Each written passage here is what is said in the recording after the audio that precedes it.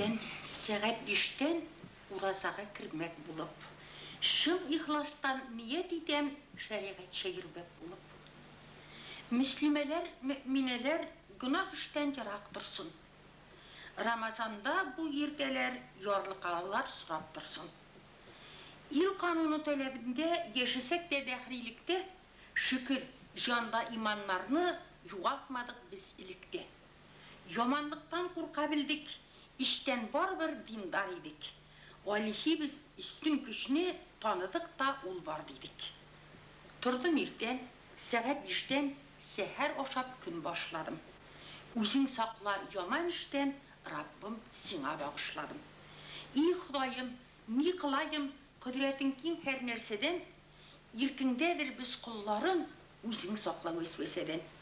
Сабырлык бир, иман иңдер, улысына, кишисенә иман иңдер, аманлык бир җирнең һәрбер кешесенә. Хәерле кич, мөхтәрәм кардәшләр. Сез инде хәзер генә яңгыраган шигырьдән үк безнең бүгенге очрашуның Рамазан айына, аның соңгы көннәренә, Кадер кичләрен үткәргән көннәргә һәм изге Гает бәйрәмен көткән көннәргә туры киләчәген төшенгәнсездер. Чынлап та, менә Рамазан айы үтеп бара.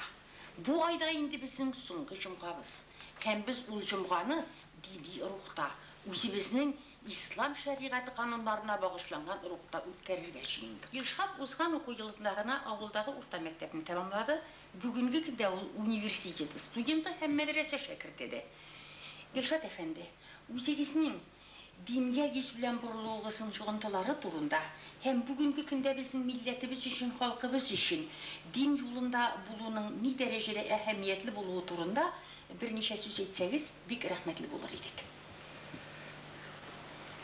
Дингә иң беренче йогынтыны миңа әле Казан телевидениесеннән әле 86 елларда башланган бер укытучы алып барган дәресләрдән йогынты ясаган идем. Мин шул вакыттан гарәп теле белән кызыксындым. Һәм гарәп теле минем күңелгә утып керде. Шул вакытта ук минем гарәп телен өйрәнергә күңелемдә теләк туган иде инде. Ләкин соңга таба мәктәпкә укырга кергәч, бу теләк бераз суына төште. Һәм дингә йогынты ул вакытта да бераз суына төшкән иде, чөнки безнең хөкүмәткә дә динне үткәреп керү яки дин буенча сөйләшү, гарәп теле буенча сөйләшү күпмедер дәрәҗәдә тыелган да шул вакытта.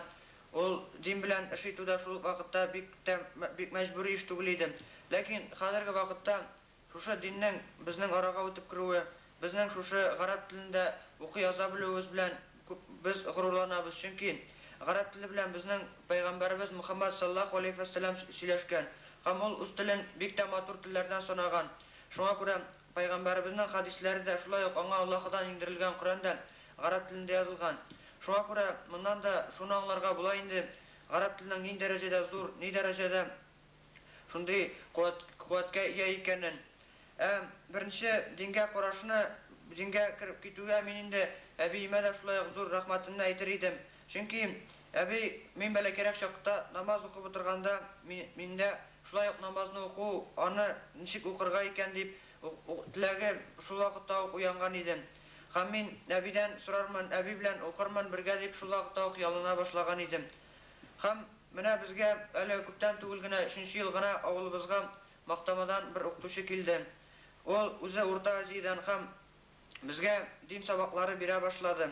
Без укытучыбызга бик тә рәхмәтлебез, чөнки ул безгә гарәп телендә укый язарга өйрәтте, намазларның тәртибен өйрәтте. Без хәзер чиста иттереп Коръәнне укый беләбез.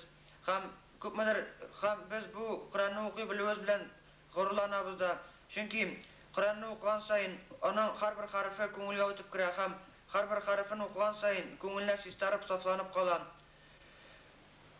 Шулай ук Коръәнне укыганда да, шулай башка гарәп китапларын укыганда да күңелгә ниндидер рәхәтлек керә, чөнки гарәп телен уку, гарәп телен өйрәнү бер караганда үзең өчен дә файдалы, икенче яктан ул бик саваплы эштә. Рәхмәт, Илшат әфәнде. Инде менә шуңа бәйле рәвештә минем сездән тагы бер әйберне сорыйсым килә. Мин бик яхшы беләм, сез нәдер дә 6 егет бит инде мәчеткә йөрисез. Һәм 5 вакыт намазны калдырмыйсыз.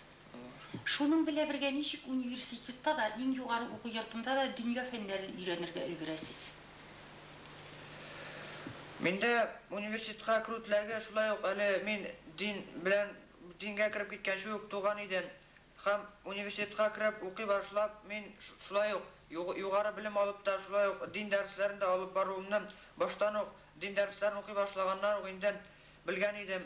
Ләкин күпмедер дәрәҗәдә бу инде җиңел эш түгел, дин дәресләрендә университетта бер ук вакытта укуы. Ләкин тырышсаң, иренмәсәң, барсында үз вакытында үтә барсаң, бу минемчә бик тә үз вакытында үтәлә торган эш. Безнең халкыбызның бигрәк тә менә яшьләрнең иманга кайту юлында шушындый тырышлыгы илгә, көнгә, милләтебезгә бүген нәрсә бирә дип уйлыйсыз? Безнең динебезнең шулай үтеп керүе, яшьләр арасында үтеп керүе өчен мин бик тә шатмын, чөнки дин ул бер вакытта да начарлыкка өйрәтми. Динне өйрәнү ул шулай ук безнең Татарстаныбызның мөстәкыйльлегеннән дә килеп чыкты, чөнки Татарстан мөстәкыйльлек алгач та безнең дәүләткә диннең үтеп керүен һәм диннең инде баштагы еллардагы кебек бик диннең үтеп керү баштагы еллардагы карый бик тә яхшы булды, чөнки дингә үтеп керү, дин сабакларын өйрәнү, гарәп телен өйрәнү ул бик тә саваплы. Шул вакытта ул яшьләрне яхшы юлга юнәлтә. Яшьләр яхшы юлда йөрсәләр, алар яхшы гамәлләр генә эшләп йөрсәләр, минемчә, бу бик тә саваплы. Шулай бу алар белән бергә сөйләшкән кешеләргә дә бик тә яхшы, чөнки кеше белән сөйләшкәндә син үзеңнең саф күңелле икәнен аңлыйсың, һәм бер вакытта да кешенең сиңа начар сүз әйтмәячәген, шулай ук син дә аңа начар сүз әйтмәячәгеңне баштан ук аңлыйсың. Дин сабакларын өйрәнгәнгә күрә, без үзебезнең чиста, саф күңелле булуыбызны тоябыз. Һәм шулай ук дин сабакларын өйрәнүннән минем кебек һәм шулай ук башка миннән кечерәк, миннән зуррак яшьтәге кешеләргә дә тәкъдим итәр идем. Чөнки дин сабагын өйрәнү бер вакытта да ул дин сабагын өйрәнү начарлыкка җитми. Рәхмәт, Ишат. Чынлап та безнең өлкәннәрнең тәрбиясезрәк балаларга динсез дип әйтүе, мөртәт дип әйтүе шушыңа бәйләнгәндер дә инде. Аннан соң мин инде сезнең белән сөйләшкәндә яшь кына Мөхәммәд пәйгамбәр хәдисләренә дә игътибар итүне кирәк саныйм. Менә аның хәдисләрендә җәннәт аналарның аяк астында дигән сүз бар. Безнең бит әниләребезнең, әтиләребезнең әниләре дә бар. Өлкән булу вәкилләре бар.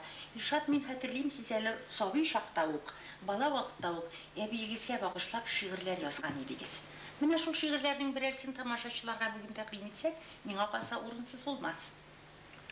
Минем әбиемнең әле менә хәзер тиздән 28 февральдә туган көне. Һәм әбиемне мин туган көне белән котлап, шушы язылган шигыремне укып китәргә теләр идем. Һәм шулай ук әбиемә инде башта әйтелеп киткәнчә дин сабакларына кирип китүемнең йогынтысы тиюендә мин аңа шулай ук зур рәхмәтемне әйтер идем. Һәм әби дигән шигыремне укып китәргә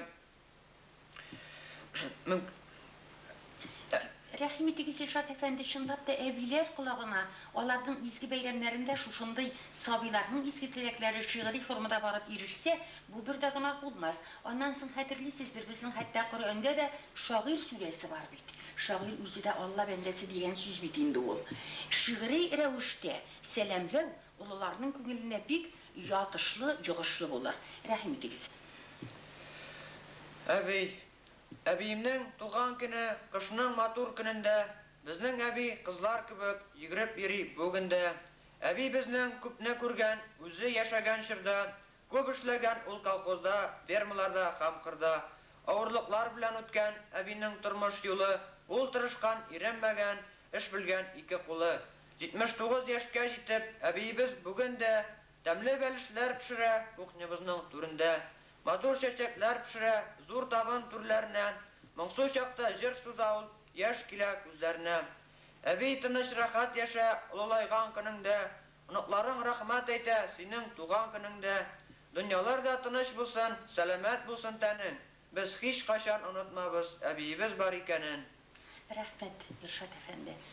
Туганнар чынлап та оныклары, тудыклары, бүтән угыланнары өлкәннәрне шушылай зурласа, безнең халкыбызга иман кайтыр иде. Халкыбызга иман кайтса, айыклык кайтыр иде, бердәмлек кайтыр иде, мустакиллек үсәр иде, һәм милләтебез бер-берсен ихтирам итеп, игелекле тормыш белән яшәр иде.